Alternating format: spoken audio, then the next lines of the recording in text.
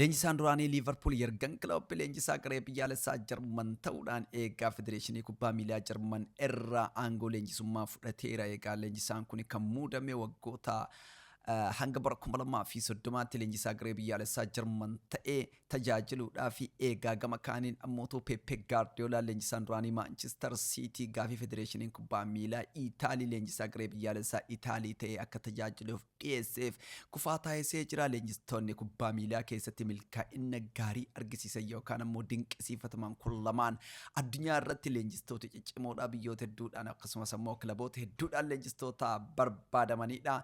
Yergan Kiloop erga leenjisummaa Liverpool gadhiisee booda har'a ganama garee biyyaalessaa Jarman leenjisuudhaan waliigaltee kan mallatteessee yoo ta'u Pepe Guardiolaan bara kana erga Manchester City gadhiisee booda gaafiin irra deddeebiin Federeeshinii Kubbaa Miilaa Itaaliitiin isaaf dhiyaataa turus garuu hammas gaafii isaaf dhiyaate kufaa taasiseera.